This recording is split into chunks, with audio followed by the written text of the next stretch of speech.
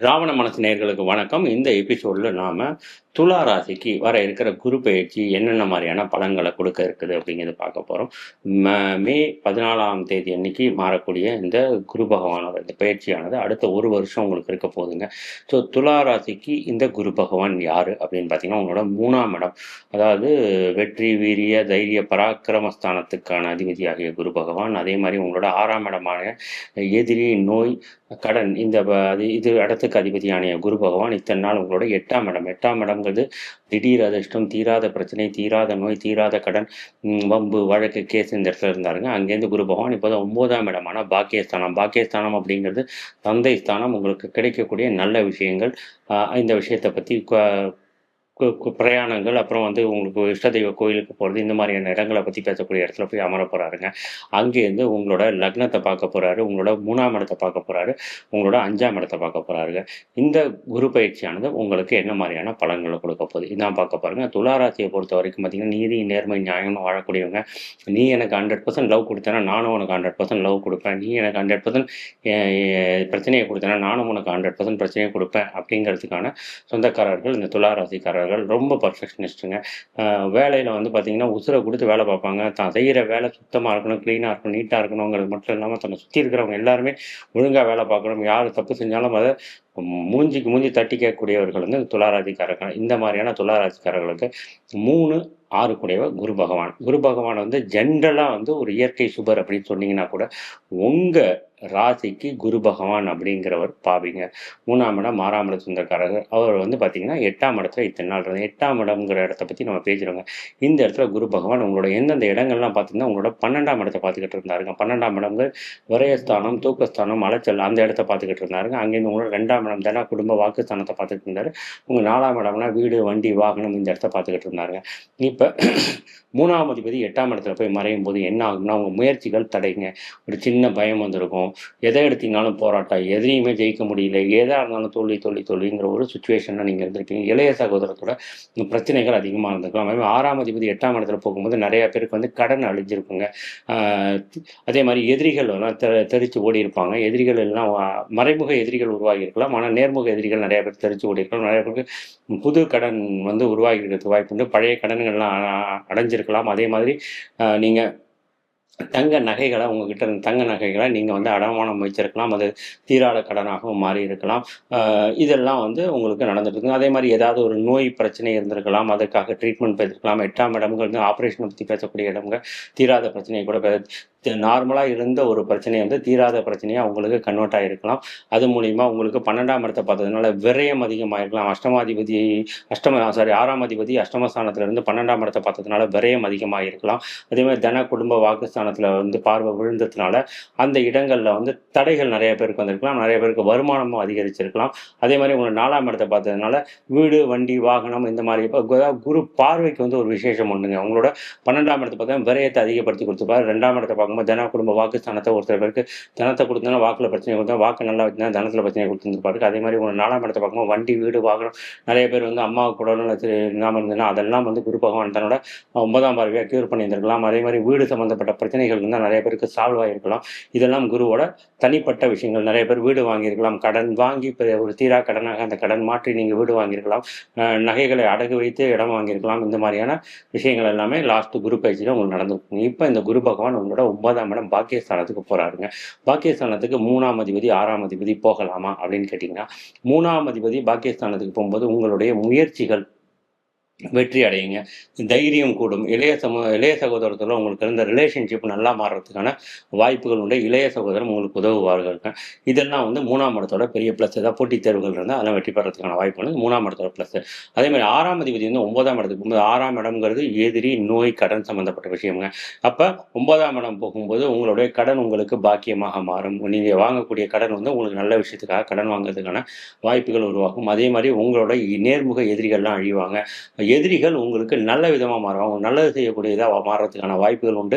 மறைமுக எதிரிகள் உருவாகுறதுக்கான வாய்ப்புகள் உண்டு. அவர்களுமே உங்களுக்கு பாக்கியமாக நல்ல விஷயங்கள் பண்ணுவதற்கான சிச்சுவேஷனுக்கு மாறிடுவாங்க. ஸோ, அப்போ உங்களுக்கு யாராவது எதிரிகள் இருந்தா கூட, அவர்களா உங்களுக்கு எகெயின்ஸ்டா ஒர்க் பண்ண முடியாதுங்க. அவங்க பண்ணக்கூடிய விஷயங்கள் உங்களுக்கு பாக்கியமா மாறுறதுக்கான வாய்ப்புகள் ரொம்ப ரொம்ப ஜாஸ்திங்க. இதான் வந்து 6ஆம் இடத்தோடது. அது மாரி கடன் வாங்குவீங்க. வாங்கக்கூடிய கடன் உங்களுக்கு நல்ல விஷயமாக கன்வெர்ட் ஆகுங்க. அதே மாரி நகைகள் வந்து கடன் வச்சிருந்தீங்கன்னா, அத மீட்கறதுக்கான வாய்ப்புகள் உண்டுங்க. புது கடன் உருவாகுறதுக்கான வாய்ப்புகள் உண்டு. நகையை திரும்ப மூட்டு அடமானம் வைக்கிறதுக்கான வாய்ப்புகள் உண்டு. யார்கிட்டயாவது நகைகள் குடுத்திருந்தீங்கன்னா, அத திரும்ப ரிட்டர்ன் வரதுக்கான வாய்ப்புகள் உண்டுங்க. இதெல்லாம் பட் அந்த இடத்த 9ஆம் இடத்த குரு பார்வை உட்கார்றதுனால 6ஆம் அதிபதி 9ஆம் இடத்துல ஏறுறதுனால, தந்தை கூட பிரச்சனை வரலாமுங்க. தந்தைக்கு உடல்நல குறைவு ஏற்படலாம். தந்தைக்கு ஏதாவது மருத்துவ செலவு உருவாகுறதுக்கான வாய்ப்புகள் உண்டு. தந்தை சம்பந்தப்பட்ட விஷயங்கள் ஏதாவது பிரச்சனையா மாறுவதற்கான வாய்ப்புகள் உண்டுங்க. இப்ப குரு பகவான் அங்கேருந்து உங்களோட ராசிய பார்க்குறாருங்க. ராசிங்கிறது ஜென்ம நட்சத்திரம் உட்கார்ந்திருக்கக்கூடிய துலா ராசியையே பார்க்குறாரு. அப்படிங்கும்போது எண்ணம் தெளிவாகுங்க. இதுவரைக்கும் மண்டையில இருந்த குழப்பங்கள் எல்லாமே மாறும். இது பண்ணலாமா? அது பண்ணலாமா? ஐய்யய்யோ! இது பண்ணா நமக்கு கரெக்ட்டா வரமாட்டேங்குதே! இது பண்ணா இப்படி ஆயிடுமா? அது பண்ணா அப்படியுமா? இத்தன நாள் குரு பகவான் நெட்ல உட்காந்து நமக்கு தீராத பிரச்சனைய குடுத்திருந்தான். ஆப்பரேஷன குடுத்தா, கடன குடுத்தா, அத குடுத்தானே, இத பண்ணா இன்னும் ஜாஸ்தி ஆயிடுமோ? அப்படிங்கிற உங்களோட எண்ணங்கள், குழப்பங்கள் எல்லாமே இப்ப குரு பகவானோட பார்வை மே மாசத்துக்கு விழ ஆரம்பிக்கும்போது உங்களுக்கு தெளிவு பிறக்குங்க. எந்த ஒரு விஷயத்தையும் போல்டா, தெளிவா, அழகா, பெர்ஃபெக்ட்டா நீங்க திங்க் பண்றதுக்கான சிச்சுவேஷன குரு பகவான் குடுப்பாருங்க. ரொம்ப கான்ஃபிடென்ட்டா ஒவ்வொரு விஷயங்களையும் நீங்க மூவ் பண்ணுவீங்க. ஏதாவது புது ஐடியாக்கள் உங்களுக்கு உருவாக ஆரம்பிக்குங்க. அடுத்தவங்களுக்கு நல்ல ஐடியாக்கள் குடுக்க ஆரம்பிப்பீங்க. எல்லா விஷயத்தையும் அலசி ஆராய்ஞ்சு தெளிவா, தீர்க்கமா முடிவெடுக்கக்கூடிய ஒரு கேப்பபிலிட்டிய மே மாதத்துக்கு மேல குரு பகவான் உங்களுக்கு குடுப்பாருங்க. யோசனை பாசிட்டிவா இருக்கும். நெகட்டிவான திங்கிங்கா எல்லாம் வந்து போய் ரொம்ப பாசிட்டிவான மைண்ட் ப்ராசஸ் வந்து உங்களுக்கு ஸ்டார்ட் ஆகுறதுக்கான வாய்ப்புகள் உண்டுங்க. அதாவது இந்த மே மாதம் 15ஆம் தேதி கிட்டத்தட்டங்க. அதுக்கப்புறம் குரு பகவான் எங்க பார்க்குறாரு? உங்க 3ஆம் இடம் பார்க்குறாரு. 3ஆம் இடம்ங்க தைரியஸ்தானம், வீரியஸ்தானம், பராக்கிரமஸ்தானம்ங்க. அந்த இடத்த வந்து குரு பகவான் பார்க்கும்போது, உங்க தைரியங்கள் கூடுங்க. புதிய முயற்சிகள் வந்து உருவாகுங்க. புதுசு புதுசா ஏதாவது நீங்க ட்ரை பண்ண ஆரம்பிப்பீங்க. இத்தன நாள் வந்து ரொம்ப துவண்டு சோர்ந்து போய் எத எடுத்தாலும் அலைச்சல், அலைச்சல், அலைச்சல்னு மண்டை காஞ்சு போய் உட்காந்து எத எடுத்தாலும் பிரச்சனையுமே, என்னடா இவ்ளோ போட்டு நமக்கு டார்ச்சரா இருக்குன்னு நீங்க யோசிச்சுட்டு இருந்த நீங்க எல்லாருமே இந்த மே மாசத்துக்கு அப்புறம் ஒரு தெளிவான முயற்சிய ட்ரை பண்ண ஆரம்பிப்பீங்க. நல்ல தீர்க்கமான முயற்சியா இருக்கும், தெளிவான முயற்சியா இருக்கும், ரொம்ப ஆத்மார்த்தமான முயற்சியா இருக்கும். அந்த முயற்சியில வெற்றி கண்டிப்பா உண்டுங்க. அந்த கான்ஃபிடென்ட் உங்களுக்கு பிறக்கும். அந்த பயம் எல்லாமே போக ஆரம்பிக்குங்க. ரொம்ப ஸ்டெப் பை ஸ்டெப்பா நீங்க மூவ் பண்ண ஆரம்பிப்பீங்க. அதுமாரி இளைய சகோதரத்துக்கும் உங்களுக்கும் இந்த பிரச்சனைகள் கொஞ்சம் கொஞ்சமா சால்வ் ஆக ஆரம்பிக்கும். இளைய சகோதரன் உங்களுக்கு உதவ சகோதரனா இருந்தாலும் சரி, சகோதரியா இருந்தாலும் சரி உங்களுக்கு உதவ ஆரம்பிப்பாங்க. அதே மாரி உங்களுக்கு அவங்க பேச்சுல கான்ஃபிடென்ட் பயங்கரமா டெவலப் ஆகும். உங்களோட கம்யூனிகேஷன் ஸ்கில் வந்து சூப்பரா டெவலப் ஆகும். அதே மாரி இந்த ஐடி ரிலேட்டடான வேலையில இருக்கிறவங்களுக்கு நல்ல ஒரு கான்ஃபிடென்ட்டான மூவ் கிடைக்கும். புதிய வாய்ப்புகள் எல்லாமே கிடைக்க ஆரம்பிக்கும். உங்களோட நீங்க போடக்கூடிய மெயில் ஆகட்டும், லெட்டர் ஆகட்டும், அதாவது மெயில் மூலியமா, இல்ல WhatsApp மூலியமா, மொபைல் மூலியமா ஒரு டிஜிட்டலா நீங்க என்னென்னலாம் கம்யூனிகேட் பண்ணீங்களோ, அதெல்லாம் முன்னாடி பிரச்சனையாகறதுக்கான வாய்ப்புகள் இருந்திருக்கும். அந்த மாதிரியான விஷயங்கள் எல்லாம் இனிமே நடக்காதுங்க. எல்லாமே பாசிட்டிவா மூவ் ஆரம்பிக்கும். நீங்க அப்ளிகேஷன் போடுறதுலேருந்து எத எடுத்தீங்கனாலும் அது பாசிட்டிவான ஒரு ப்ராசஸ் ஆக மட்டும் தான் இருக்கும். இந்த 3ஆம் பார்வை பார்க்கும்போதுங்க. 3ஆம் இடத்த தன்னோட 7ஆம் பார்வையா பார்க்குறாங்க. நேர் தன்னோட ஸ்தானத்தையே பார்க்குறாங்க. ரொம்ப கான்ஃபிடென்ட்டா சூப்பரா மூவ் பண்ணுவீங்க. எல்லாமே உங்களுக்கு இந்த மார்ச் மாசம் நீங்க கண்கூடா பார்க்கலாங்க. அதுக்கப்புறம் உங்களோட 5ஆம் இடத்த பார்க்குறாங்க. 5ஆம் இடம்ங்கிறது வந்து பார்த்தீங்கன்னா, மனசு, காதல், குலதெய்வம், பூர்வீகம், குழந்தை இது சம்மந்தப்பட்ட விஷயங்கள். அப்ப என்ன ஆகும்னா, மனசுல காதல் உதயமாகுங்க. கண்டிப்பா துலா ராசிக்காரர்களுக்கு புது காதல் பிறக்கறதுக்கான வாய்ப்புகள் உண்டு.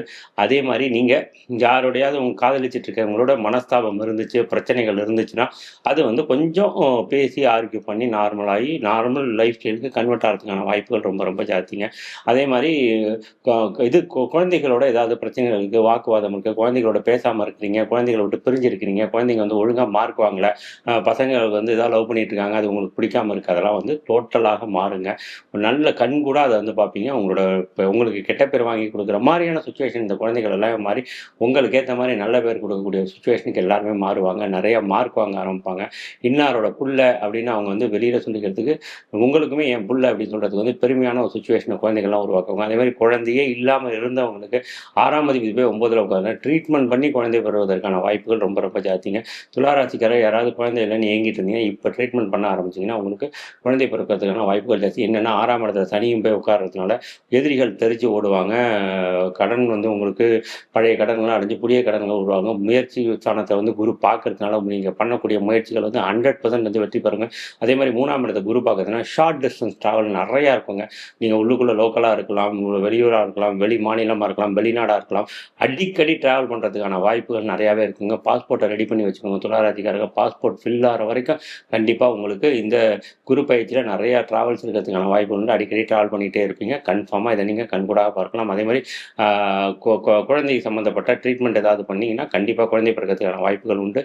குலதெய்வ கோவிலுக்கு போகும்போது பிரச்சனைகள் வந்து திரும்ப குலதெய்வ கோவில் போவீங்க. தடைகள் ஏற்படலாம். 6ஆம் அதிபதிங்கிறதுனால தடைகள் உருவாகிறதுக்கான வாய்ப்புகள் உண்டு. ஆனா 5ஆம் இடத்த பார்க்கறதுனால தடைகள் நிவர்த்தியாகி குலதெய்வ கோவிலுக்கு நீங்க கன்ஃபார்மா போவீங்க. பூர்வீக சொத்துக்கள் சம்மந்தப்பட்ட பிரச்சனைகள் ஏதாவது இருந்தா, சின்ன பிரச்சனைகளா அது உருவாகி தீர்ந்து அந்த இடத்த நீங்க விற்கிறதுக்கோ, அது சம்மந்தமான ப்ராப்ளத்த சால்வ் பண்றதுக்கான வாய்ப்புகள் எல்லாமே உண்டு. இது குரு பெயர்ச்சிக்கான தனிப்பட்ட முறைங்க இது ஆக்சுவலா. இத தவிர நீங்க வந்து பார்த்தீங்கன்னா, சனி பெயர்ச்சி தனியா போட்டிருக்கிறோம். ராகு கேது பயிற்சி பின்னாடி வர இருக்குதுங்க. அது தவிர வருஷ பயிற்சி தனியா போட்டுருக்கிறோங்க. இப்ப நீங்க பார்க்கும்போது குருவ மட்டும் பார்க்காம சனி பயிற்சியும் சேர்த்து இதோட கனெக்ட் பண்ணி பார்க்கணுங்க. ராகு கேது பயிற்சியும் சேர்த்து கனெக்ட் பண்ணி பார்க்கும்போது உங்களுக்கு ஒரு தெளிவான இந்த அடுத்த வருஷம் எப்படி இருக்க போகுது அப்படிங்கிற ஒரு தெளிவான ஒரு கருத்து உங்களுக்கு கிடைக்கும். அத தவிர நீங்க வந்து நம்மளோட வருஷ பயிற்சி போட்டிருக்கோங்க. இந்த ஜனவரி மாசம் வருஷ பயிற்சி வந்து துலா ராசிக்கு போட்டிருக்கோம். இது எல்லாத்தையுமே கலந்து போட்டிருப்போங்க. அத பார்த்தீங்கன்னா, உங்களுக்கு தெளிவு கிடைக்குங்க. இத தவிர இது எல்லாமே வந்து பொது பலன் தாங்க. இந்த பொது பலன்கள் உங்க ஜாதகத்துல கோச்சார பலன்கள் எந்த லெவல் இம்ப்ளிமெண்ட் பண்ண முடியும் அப்படிங்கிறது உங்களோட ஜாதக கட்டத்த பொறுத்து தான் இருக்குங்க. உங்க ஜாதகத்துல குரு பகவான் எங்க உட்கார்ந்திருக்கிறாரு, சனி பகவான் எங்க உட்காரு, ராகு கேது பயிற்சி பகவான்கள் எங்கெங்கெல்லாம் உட்கார்ந்திருக்கிறாங்க, என்ன தசை நடக்குது, என்ன புக்தி நடக்குது, இத வச்சு தான் இது எல்லாமே முடியுங்க. கோச்சாரம் அப்படிங்கிறது ஒரு 40% தாங்க வேலை செய்யுங்க. இந்த 40% பெர்ஃபெக்ட்டா உங்க ஜாதகத்துக்கு ஏத்த மாரி மாறணும் அப்படின்னு நினைச்சீங்கன்னா, கண்டிப்பா உங்க ஜாதகத்த உங்க நியர்பை இருக்கிற அஸ்ட்ராலஜர்ட்ட பாருங்க. பார்த்து என்னென்ன மாரியான பிரச்சனைகள் வர இருக்குது அப்படிங்கிறத ஐடென்டிஃபை பண்ணிட்டு, நீங்க அதுக்கான பரிகாரங்கள் சின்ன சின்ன பரிகாரங்கள பண்ணி உங்களோட மைனஸ வந்து ப்ளஸ்ஸா கன்வெர்ட் பண்ணிக்கோங்க. கண்டிப்பா உங்க ஜாதகத்துக்கான கீ உங்க ஜாதகத்துல தான் கண்டிப்பா இருக்கும். பெரிய அளவுல வந்து பரிகாரம் பண்ணி காச கொட்டி அழிச்சு பரிகாரம் பண்றதுனால ஒரு விஷயம் வந்து சக்சஸா மாறிடாதுங்க. காச கண்டபடி கொட்டி வேஸ்ட் பண்றதுக்கு பதிலா கரெக்ட்டான பரிகாரம் உங்க ஜாதகத்திலேருந்து எடுத்து நீங்க பண்ணீங்கன்னா, 100% அடிக்கலாங்க. உங்க ஜாதகத்துல முடியும் அப்படின்னா தான் ஒரு பரிகாரம் ஒர்க் பண்ணுங்க. முடியவே முடியாது அப்படிங்கிற ஒரு சிச்சுவேஷன் இருந்துச்சுன்னா, அதுக்கு என்ன பரிகாரம் பண்ணீங்கனாலும் அது எடுக்காதுங்க. ஸோ ஒரு விஷயம் முடியுமா, முடியாதா அப்படிங்கிறத வந்து தெளிவா உங்களோட அஸ்ட்ராலஜர் கிட்ட நீங்க கலந்து ஆலோசிச்சுக்கோங்க. அப்படி இல்லன்னா கீழ இருக்க நம்பர கான்டாக்ட் பண்ணுங்க. கண்டிப்பா அதுக்கான உங்க ஜாதகத்துக்கான பரிகாரங்கள பிரையாரிட்டி பேஸ்டு பார்த்து என்னங்கிறத நான் சொல்றேங்க. அதே மாரி இந்த தடவ வந்து குரு பெயர்ச்சியின் மூலமாக திருமண வாய்ப்புகளுக்கெல்லாம் நெறைய வாய்ப்பு இருக்குங்க. குழந்தை பிறக்க வாய்ப்பு இருக்கு, திருமண வாய்ப்பு இருக்கு, வேலை மாற்றம் இருக்குது, வருமானம் ஜாஸ்தி ஆகுறதுக்கு வாய்ப்பு இருக்கு, காதல் கைகூடுறதுக்கு வாய்ப்பு இருக்கு. இந்த குரு பெயர்ச்சி உங்களுக்கு கொஞ்சம் பாசிட்டிவா தான் அமையும். ஆரம்பத்துல கொஞ்சம் பிரச்சனைகளை குடுத்தாலும் அது பாசிட்டிவா மட்டும் தான் கன்வெர்ட் ஆகும். தைரியமாக இருங்க. அடுத்து ராகு கேது பெயர்ச்சி இருக்கு. அதையும் பார்த்துட்டு எல்லாத்தையும் மிக்ஸ் பண்ணி வருஷ பலனையும் பார்த்தீங்க அப்படின்னா, உங்களுக்கு ஒரு தெளிவான விளக்கம் இதுல கிடைக்குங்க. கண்டிப்பா நீங்க எனக்கு கால் பண்ணுங்க. உங்க ஜாதகத்த பார்த்து உங்களுக்கு நான் பரிகாரம் சொல்றதுக்கு காத்துக்கிட்டு இருக்கேன். நன்றி.